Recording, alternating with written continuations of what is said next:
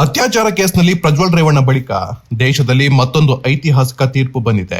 ರಾಜ್ಯ ರಾಜಕಾರಣದಲ್ಲಿ ಭಾರಿ ಸದ್ದು ಮಾಡಿದ್ದ ಧಾರವಾಡ ಬಿಜೆಪಿ ಮುಖಂಡ ಯೋಗೇಶ್ ಗೌಡ ಕೊಲೆ ಪ್ರಕರಣಕ್ಕೆ ಸಂಬಂಧಿಸಿದಂತೆ ಕೋರ್ಟ್ 10 ವರ್ಷಗಳ ಬಳಿಕ ತೀರ್ಪು ನೀಡಿದ್ದು, ಕಾಂಗ್ರೆಸ್ ಶಾಸಕ ವಿನಯ್ ಕುಲಕರ್ಣಿ ಸೇರಿ 16 ಅಪರಾಧಿಗಳಿಗೆ ಇದೀಗ ಜೀವಾವಧಿ ಶಿಕ್ಷೆ ವಿಧಿಸಿದೆ. ಇದರೊಂದಿಗೆ ವಿನಯ್ ಕುಲಕರ್ಣಿ ಶಾಸಕ ಸ್ಥಾನ ಕಳೆದುಕೊಂಡಿದ್ದಾರೆ. ಕಾನೂನು ಪ್ರಕಾರ ಶಿಕ್ಷೆ ಪ್ರಕಟವಾದ ದಿನದಿಂದಲೇ ಶಾಸಕ ಸ್ಥಾನದಿಂದ ತಕ್ಷಣವೇ ಅನರ್ಹವಾಗುತ್ತೆ. ಜನಪ್ರತಿನಿಧಿ ಕಾಯ್ದೆ 1951ರ ಸೆಕ್ಷನ್ 8(3) ಪ್ರಕಾರ ಯಾವುದೇ ಶಾಸಕರು 2 ವರ್ಷ ಅಥವಾ ಅದಕ್ಕಿಂತ ಹೆಚ್ಚಿನ ಅವಧಿಯ ಶಿಕ್ಷೆಗೆ ಗುರಿಯಾದ್ರೆ ಅವರು ತಕ್ಷಣವೇ ತಮ್ಮ ಸ್ಥಾನವನ್ನು ಕಳೆದುಕೊಳ್ತಾರೆ. 2013ರ Lily Thomas versus Union of India ಪ್ರಕರಣದಲ್ಲಿ ಸುಪ್ರೀಂ ಕೋರ್ಟ್ ತೀರ್ಪು ನೀಡಿದ್ದು, ಈ ತೀರ್ಪಿನ ಪ್ರಕಾರ ಮೇಲ್ಮನವಿ ಸಲ್ಲಿಸಲು ನೀಡಲಾಗ್ತಿದ್ದ 3 ತಿಂಗಳ ಕಾಲಾವಕಾಶವನ್ನು ರದ್ದುಪಡಿಸಲಾಗಿದೆ. ಈ ಮೂಲಕ ಈ ಹಿಂದೆ 2019ರಲ್ಲಿ ಯಡಿಯೂರಪ್ಪ ಹೇಳಿದ್ದ ಭವಿಷ್ಯ ನಿಜವಾಗಿದೆ. 2019ರಲ್ಲಿ ಈ ಕೇಸ್ನ ಸಿಬಿಐಗೆ ವರ್ಗಾವಣೆ ಮಾಡುವಾಗ ವಿನಯ್ ಕುಲಕರ್ಣಿಗೆ ದೊಡ್ಡ ಶಿಕ್ಷೆ ಕೊಡಿಸ್ತೀನಿ ಅಂತ ಧಾರವಾಡದಲ್ಲೇ ಮಾತು ಕೊಟ್ಟಿದ್ರು. ಅದರ ಪ್ರಕಾರವೇ ಈಗ ತೀರ್ಪು ಬಂದಿದೆ ಅಂತ ಯಡಿಯೂರಪ್ಪ ಹೇಳ್ತಿದ್ದಾರೆ. ಇದಕ್ಕೆ ತಿರುಗೇಟು ಕೊಟ್ಟಿರೋ ಕಾಂಗ್ರೆಸ್ನ ಡಿ.ಕೆ. ಶಿವಕುಮಾರ್, ಇದು ಪಿತೂರಿ, ನಾವಿದನ್ನು ಸುಮ್ಮನೆ ಬಿಡಲ್ಲ ಅಂತ ಕೌಂಟರ್ ಕೊಟ್ಟಿದ್ದಾರೆ.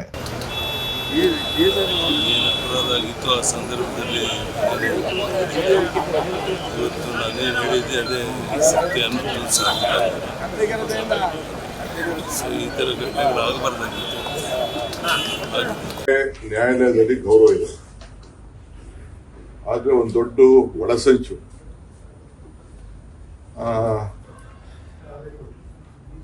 ಇನ್ನೇನು ಬಿ ರಿಪೋರ್ಟ್ ಫೈಲ್ ಮಾಡುವಂತ ಸಂದರ್ಭದಲ್ಲಿ ಸಿಬಿಐನವ್ರು ತಗೊಂಡ್ಕೊಂಡು ಒಂದು ದೊಡ್ಡ ಕಿರುಕುಳ ನೀಡಿ ಈ ಪ್ರಕರಣ, ಯಾಕೆಂದ್ರೆ ಟ್ರಯಲ್ ಎಲ್ಲ ನಾವು ನೋಡಿದ್ದೇವೆ. ಸೊ ಒಳಸಂಚಿನಲ್ಲಿ ಇವತ್ತು ವಿನಯ್ ಕುಲಕರ್ಣಿನ ತಿಳಿಸಿದ್ದಾರೆ. ಇನ್ನ ಬೇಕಾದಷ್ಟು ಅವಕಾಶ ಇದೆ. ನಾನು ಚರ್ಚೆ ಮಾಡಿದ್ದೇನೆ ಅವ್ರ ಜೊತೆ, ಕುಟುಂಬದಲ್ಲಿ ಕೇಳಿದ್ದೇನೆ. ಅವ್ರು ನಂಬಿರೋಂಥ ದೇವ್ರ ಮೇಲೆ ಎಲ್ಲ ಕೂಡ ನನ್ನ ಹತ್ರ ಸತ್ಯ ಮಾಡಿದ್ದಾರೆ, ನಾನು ತಪ್ಪು ಮಾಡಿದ ಅಂತ. ಇವತ್ತು ಕೂಡ ನನಗೆ ಅವ್ರ ಮೇಲೆ ನಂಬಿಕೆ ಇದೆ. ಶಿಕ್ಷೆಗೆ ಗೌರವ ಕೊಡಬೇಕು, ಅದು ಬೇರೆ ವಿಚಾರ. ಆದರೆ ನನಗಂತೂ ಅವರು ತಪ್ಪು ಮಾಡಿದ, ಮೇಲ್ಮನೆಗೆ ಅವಕಾಶ ಇದೆ, ಇನ್ನು 30 ದಿನ ಅವಕಾಶ ಇದೆ, ಅವರು ಮಾಡ್ತಾರೆ. ನಾನು ಆ ಕುಟುಂಬದ ಜೊತೆ, ನಮ್ಮ ಪಕ್ಷದ ಶಾಸಕರ ಜೊತೆ ನಾನು ಮಾನಸಿಕವಾಗಿ ಎಲ್ಲ ತರದ ಶಕ್ತಿಯನ್ನು ತುಂಬುವಂತ ಕೆಲಸ ಮಾಡ್ತೇವೆ. ಸೊ ಅದರಿಂದ ಯಾರು ಕಾರ್ಯಕರ್ತರಿಗೆ ನಾನು ಕೇಳ್ಕೊಳ್ಳೋದು, ಯಾರು ಧೈರ್ಯ ಕಳ್ಕೊಳ್ಳೋದು ಬೇಡ. ನ್ಯಾಯಾಲಯಕ್ಕೆ ಯಾವ್ದಾದ್ರು ನ್ಯಾಯಕ್ಕೆ ಸತ್ಯ ಸಿಗ್ತದೆ. ನನಗೇನಾಯ್ತು, ನಾನು ಬೇಕಾದಷ್ಟು ತೊಂದರೆ ನನಗೂ ಸಂಚಿನ ಮೇಲೆ ಅನುಭವಿಸಿದೆ. ಕೊನೆಗೆ ಸುಪ್ರೀಂ ಕೋರ್ಟಲ್ಲಿ ನನಗೆ ನ್ಯಾಯ ಸಿಕ್ತು ಇಡೀ ಕೇಸ್ನಲ್ಲಿ. ಹಂಗೆ ಮೇಲ್ಮನೆ ಕೋರ್ಟ್ಗಳಿದೆ, ಮೇಲ್ಮನೆ ಕೋರ್ಟಲ್ಲಿ ನ್ಯಾಯ ಸಿಗ್ತದೆ ಅನ್ನೋ ಒಂದು ವಿಶ್ವಾಸ ನನಗಿದೆ. ಸರ್, ಒಳಸಂಚು ಅಂತ ಅಂದ್ರೆ ಯಾರ ಕೈವಾಡಗಳಿರ್ಬೋದು? ಎಲ್ಲ ಟೈಮ್ ಬಂದು ಹೇಳ್ತೀನಿ. ಸಿಬಿಐಗೆ ಹಾಕುವಂತ ಸಂದರ್ಭ ಏನಿತ್ತು, ಸಿಬಿಐ ಕೊಡುವಂತ ಸಂದರ್ಭ ಏನಿತ್ತು, ಸಿಬಿಐ ಕೊಡಿಸ್ತೀನಿ ಅಂತ ಹೇಳುವಂತ ಸಂದರ್ಭ ಇತ್ತು. ಈಗ ಯಡಿಯೂರಪ್ಪನವ್ರು ಹೇಳ್ತಾ ಇದಾರಲ್ಲ, ನಾನು ಅವತ್ತೇ ಹೇಳಿದ್ದೆ ಅಂತ. ಮುಂಚಿತವಾಗಿ ಹೆಂಗೆ ಮಾಡೋದಿತ್ತು. ಸೊ ರಾಜಕೀಯವಾಗಿ ಅವನ ಶಕ್ತಿಯಾಗಿ ಉತ್ತರ ಕರ್ನಾಟಕದಲ್ಲಿ ಒಬ್ಬ ದೊಡ್ಡ ಶಕ್ತಿಯಾಗಿ ಬೆಳೀತಾರೆ ಅಂತ ಹೇಳಿ ಬಿಜೆಪಿಯವ್ರು ಮಾಡಿದಂತ ಒಳಸಂಚಿಗೆ ಇವತ್ತು ಪಾಪ ಆತನಿಗೆ ತೊಂದರೆ ಆಗಿದೆ. ಇರ್ಲಿ, ಆತ ಆತ್ಮ ಧೈರ್ಯ ಕಳ್ಕೊಳ್ಳುವಂತ ಪರಿಸ್ಥಿತಿ ಇಲ್ಲ. ಇದು ರಾಜಕಾರಣದಲ್ಲಿ ಇವೆಲ್ಲ ಹೋರಾಟ ಮಾಡಲೇಬೇಕು, ಹೋರಾಟ ಮಾಡ್ತಾರೆ.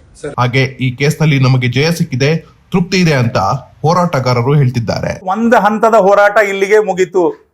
ಈಗ ಕಾನೂನಿನ ಹೋರಾಟ. ಅವರು ಅಪೀಲ್ ಹೋಗ್ಬೋದು. ಅಪೀಲ್ ನಲ್ಲಿ ಗುರುನಾಥ ಗೌಡರ ಕುಟುಂಬದ ಪರವಾಗಿ ಮತ್ತೆ ನಾವು ಇಂಪ್ಲೀಡ್ ಆಗ್ಬೇಕಾಗತ್ತೆ. ಸಿಬಿಐದವರು ಅವರ ಒಂದು ಪಕ್ಷವನ್ನ ಇಡ್ತಾರೆ. ಇದು ನಿರಂತರವಾಗಿ ನಡೆದಂತದ್ದು, ಸುಪ್ರೀಂ ಕೋರ್ಟ್ ವರೆಗೂ ನಡೆಯುವಂತದ್ದು. ಇದು ಅದು 2ನೇ ಹಂತದ ಹೋರಾಟ. ಇಲ್ಲಿವರೆಗೂ ಈ ಹೋರಾಟದಲ್ಲಿ ಏನು ಜಯ ಸಿಕ್ಕಿದೆ, ಆ ಜಯದಿಂದ ನನಗೆ ಹೆಮ್ಮೆ ಇದೆ. ಇಂತಹ ಒಂದು ಐತಿಹಾಸಿಕ ಹೋರಾಟದಲ್ಲಿ ನಾನು ಕೂಡ ಭಾಗಿಯಾಗಿದ್ದೇನೆ ಅನ್ನುವಂತ ಒಂದು ಹೆಮ್ಮೆ ನನಗಿದೆ. ನೀವು ಇಷ್ಟು ದಿನವರೆಗೂ ಹೇಳ್ತಾ ಇದ್ರಿ, ನಮಗೆ ಥ್ರೆಟ್ಸ್ ಇದೆ, ನಾವು ಕೇಳ್ಪಟ್ಟಿದ್ವಿ. ಈಗ ಆರೋಪಿಗಳ ಜೈಲಿಗೆ ಹೋಗಿದ್ದಾರೆ. ಹೌದು. ಇನ್ಮೇಲೆ ನಿಮ್ಗೆ ಥ್ರೆಟ್ ಇರಲ್ಲ ಅನ್ನೋ ನಂಬಿಕೆ ಐತಾ? ಥ್ರೆಟ್ ಫಸ್ಟ್ ಡೇ ಯಾವತ್ತು ಈ ಪ್ರಕರಣವನ್ನು ಸಿಬಿಐ ಕೊಡಬೇಕು ಅಂತ ಹೇಳಿ ನಾನು ಪತ್ರಿಕಾಗೋಷ್ಠಿಯನ್ನು ನಡೆಸಿದ್ನೋ ಅವಾಗಿಂದನೂ ಡೈರೆಕ್ಟ್ ಅಂಡ್ ಇಂಡೈರೆಕ್ಟ್ ಥ್ರೆಟ್ಗಳು ಇದ್ದು ಇವತ್ತಿಗೂ ಕೂಡ ಇದ್ದಾವೆ, ಮುಂದೂ ಕೂಡ ಇರ್ತವೆ. ಈ ಥ್ರೆಟ್ಗಳು ನಿಲ್ಲೋದಿಲ್ಲ. ನನಗೆ ಗೊತ್ತು, ಇಂತಹ ಒಂದು ಕೊಲೆ ಪ್ರಕರಣದಲ್ಲಿ, ಅದು ಹೈ ಪ್ರೊಫೈಲ್ ಕೊಲೆ ಪ್ರಕರಣದಲ್ಲಿ ನಾವು ಹೋರಾಟ ಮಾಡಿದಾಗ ನಾನೇ ಅಲ್ಲ, ಯಾರೇ ಹೋರಾಟ ಮಾಡಿದ್ರು ಅವರಿಗಿಂತ ಥ್ರೆಟ್ಗಳು ಇದ್ದಿದ್ದೇ ಸರ್ವೇ ಸಾಮಾನ್ಯ. ಸೆಕ್ಯೂರಿಟಿ ಬೇಕಾ ಸರ್, ನಾನೇನು ಕೇಳಿಲ್ಲ ನಿಮ್ಮ ಪತ್ನಿಯವ್ರಿಗೂ ಕೂಡ ಆತಂಕ ಆಗಿದೆ, ಸೆಕ್ಯೂರಿಟಿ ಬೇಕಾ ಅಂತ ಹೇಳಿದ್ರು. ಸರ್. ಆಯ್ತು, ನಾನು ಅವ್ರಿಗೆ ಧೈರ್ಯ ತುಂಬುವಂತ ಕೆಲಸ ಮಾಡಿದ್ದೇನೆ ನಿನ್ನೆ ಬಂದು ನಾನು. ಸೊ ನನಗೆ ಯಾವ ಸೆಕ್ಯೂರಿಟಿ ಅವಶ್ಯಕತೆ ಇಲ್ಲ. ನಾನು ಒಂದು ನಂಬಿಕೆಯಲ್ಲಿ ಬದುಕುತ್ತಿರುವಂತವನು. ಎಲ್ಲಿವರೆಗೂ ನನ್ನೇ ಹಣೆ ಬರ ಗಟ್ಟಿಯಾಗಿದ್ದು ಅಲ್ಲಿವರೆಗೂ ಬದುಕ್ತೀನಿ. ಎಲ್ಲಿಗೆ ನನ್ನ ಸಮಯ ಮುಗಿತು ಅಲ್ಲಿಗೆ ನಾನು ಸಾಯ್ತೀನಿ. ಸೊ ಹಾಗಾಗಿ ನನಗೆ ಸೆಕ್ಯೂರಿಟಿ ಅವಶ್ಯಕತೆ ಏನಿಲ್ಲ. ಈ ಹೋರಾಟ ನಿರಂತರವಾಗಿರುತ್ತೆ, ನಾನು ಮಾಡ್ತಾ ಇರ್ತೀನಿ. ಹಾ, ಇದರಲ್ಲಿ ರಾಜಕೀಯ ಹುನ್ನಾರದೆ, ನನ್ನ ರಾಜಕೀಯದಿಂದ ಶಿಕ್ಷೆ ಹಾಕ್ಸಿದ್ರು ಅಂತ, ಅದಕ್ಕಾಗಿ ಶಿಕ್ಷೆ ಕಡಿಮೆ ಮಾಡಬೇಕು ಅಂತ ಕೇಳ್ಕೊಂಡ್ರು ಅವ್ರು. ಇದ್ರ ಬಗ್ಗೆ ಏನ್ ಹೇಳ್ತೀರಿ ಸರ್? ನನಗೆ ಯಾವಾಗ ಕೇಳಿದ್ರು ಅದು ಗೊತ್ತಿಲ್ಲ. ನಿನ್ನೆ ಕೋರ್ಟ್ನಲ್ಲಿ ಇದು ರಾಜಕೀಯ ಷಡ್ಯಂತ್ರ ಅಂತ ಸರ್, ಇದು ರಾಜಕೀಯ ಷಡ್ಯಂತ್ರ ಆಗಿತ್ತು ಅಂತ ಕೇಳಿದ್ರೆ CBI ತನಿಖೆಯಲ್ಲಿ ಹೊರ ಬರ್ತಿತ್ತು. ಇದು ರಾಜಕೀಯ ಲಾಭಕ್ಕಾಗಿ ನಡೆದಿರುವಂತಹ ಕೊಲೆ. ಯೋಗೇಶ್ ಗೌಡ ನನ್ನ ಮುಂದೆ ಎಲ್ಲಿ ಬೆಳಿತಾನೋ ಅಂತ ಹೇಳಿ ತಮ್ಮ ರಾಜಕೀಯ ಲಾಭಕ್ಕಾಗಿ ನಡೆದಂತ ಕೊಲೆ. ಹಾಗಾಗಿ ಇದರಲ್ಲಿ ಯಾವ ರಾಜಕೀಯ ಷಡ್ಯಂತ್ರ ಇಲ್ಲ. ಇದರನ್ನ ಸಮೀಪದಿಂದ ನಾವು ಹೋರಾಟ ಮಾಡಿದ್ರಿಂದ ಇದೆಲ್ಲ ಸುಳ್ಳು ಆರೋಪಗಳಿವೆಲ್ಲ. ಸೊ ಮತ್ತೆ ಇಂತಹ ಒಂದು ಪ್ರಕರಣಗಳಲ್ಲಿ ಒಬ್ಬ ಜಿಲ್ಲಾ ಉಸ್ತುವಾರಿ ಸಚಿವರಾಗಿ ಅವತ್ತೇ ಅವರ ಪಾತ್ರ ಇಲ್ಲದೆ ಹೋಗಿದ್ರೆ ಅವತ್ತೇ ಅವರು ಇದನ್ನ ನಾವು ತನಿಖೆಗೆ ಒಳಪಡಿಸ್ತೀವಿ, ಉನ್ನತ ಮಟ್ಟದ ತನಿಖೆ ಮಾಡ್ತೀವಿ ಅಂತ ಹೇಳ್ಬೋದಿತ್ತಲ್ಲ. ಅವತ್ತೇ ಅವಾಯ್ಡ್ ಮಾಡ್ಕೊತಾ ಹೋದ್ರು. ತಾವು ಸಿಕ್ಕಾಕೊಂಡ ಮೇಲೆ ಸುಮ್ಮನೆ ಯಾರದ್ರ ಮೇಲೆ ಒಂದು ಆರೋಪ ಮಾಡೋದು. ನೋಡ್ರಿ, ಎದೆಗಾರಿಕೆ ಬೇಕು. ನಾನು ತಪ್ಪು ಮಾಡಿದ್ರೆ ನಾನು ತಪ್ಪು ಮಾಡಿದ್ದೀನಿ ಅಂತ ಹೇಳೋ ಎದೆಗಾರಿಕೆ ಬೇಕು. ಅವಾಗ ಹೋಗಿ ಎಲ್ಲ ವ್ಯವಸ್ಥೆನೂ ಅಂದ್ರೆ ಆತ್ಮ ಅವನಿಗೆ ಆತ್ಮದಲ್ಲಿ ಅನಿಸ್ಬೇಕು, ಹೌದು ನಾನು ತಪ್ಪು ಮಾಡಿದ್ದೇನಪ್ಪ. ಆ ಎದೆಗಾರಿಕೆ ಅಂತ ಹೇಳ್ಬೇಕು, ಹೌದು ನಾನು ತಪ್ಪು ಮಾಡಿದ್ದೇನೆ ಸರ್ ಅಂತೇಳಿ. ಆ ಎದೆಗಾರಿಕೆನೇ ಇಲ್ಲ ವಿನಯ್ ಕುಲಕರ್ಣಿ ಅವ್ರಿಗೆ. ಸುಮ್ಮನೆ ಆರೋಪಗಳನ್ನು ಮಾಡ್ತಾವ್. ಇವತ್ತು ಶಿಕ್ಷೆ ಪ್ರಕಟ ಆದ್ಮೇಲೆ ಆರೋಪ ಮಾಡ್ಕೋತಾ ಹೋದ್ರೆ ಸೊ ಅದು ಸುಳ್ಳು ಆರೋಪಗಳನ್ನು ಮಾಡ್ತಾ ಹೋಗ್ತಾರೆ. ಇವೆಲ್ಲ ಇರೋವು ಸರ್, ಆರೋಪಗಳು ಪ್ರತ್ಯಾರೋಪಗಳು ಇರೋವು. ಅದ್ರ ಬಗ್ಗೆ ಬಹಳ ತಲೆ ಕೆಡಿಸ್ಕೊಳ್ಳೋದು ಬೇಡ.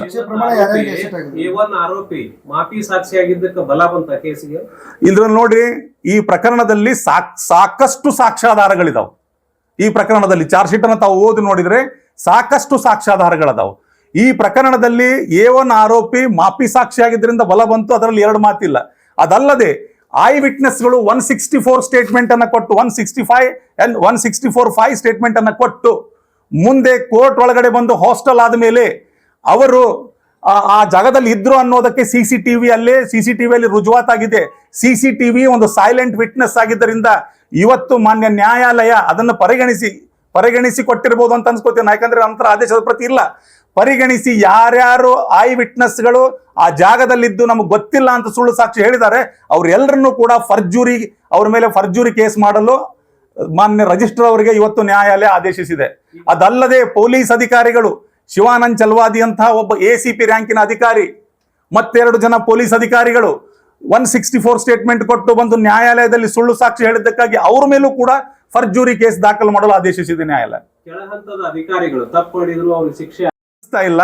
ಸಾಕ್ಷ್ಯಾಧಾರಗಳು ಯಾರ ಮೇಲೆ ಲಭ್ಯ ಆಗಿದಾವೋ ಅವ್ರನ್ನೆಲ್ಲರನ್ನು ಕೋರ್ಟಲ್ಲಿ ನಿಲ್ಲಿಸಿದ್ದಾರೆ.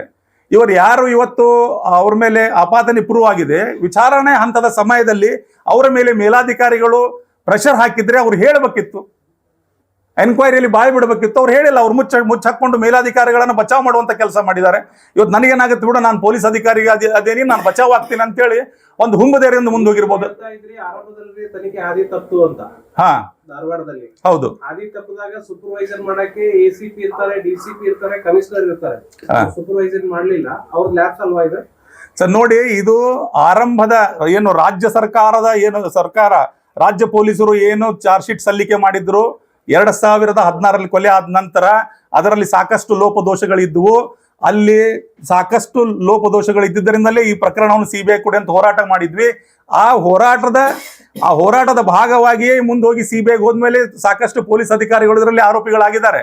ಸೊ ಹಿರಿಯ ಅಧಿಕಾರಿಗಳು ಕೆಲವೊಂದಿಷ್ಟು ಹೆಸರುಗಳು ಕೋರ್ಟ್ ಮುಂದೆ ಬಂದಿದೆ, ಸಾಕ್ಷಿಗಳಿಂದ ಬಂದಿದೆ.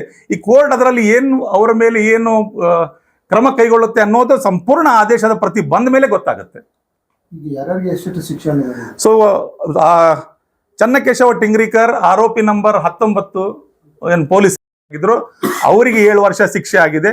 ಬಾಕಿದವರೆಲ್ಲರಿಗೂ ಜೀವಾವಧಿ ಶಿಕ್ಷೆ ಆಗಿದೆ ಅಂತೇಳಿ ಈಗ ತಾನೇ ಅದು ಆ್ಯಪ್ ಅಲ್ಲಿ ನಾನು ಕೇಳ್ಪಟ್ಟೆ.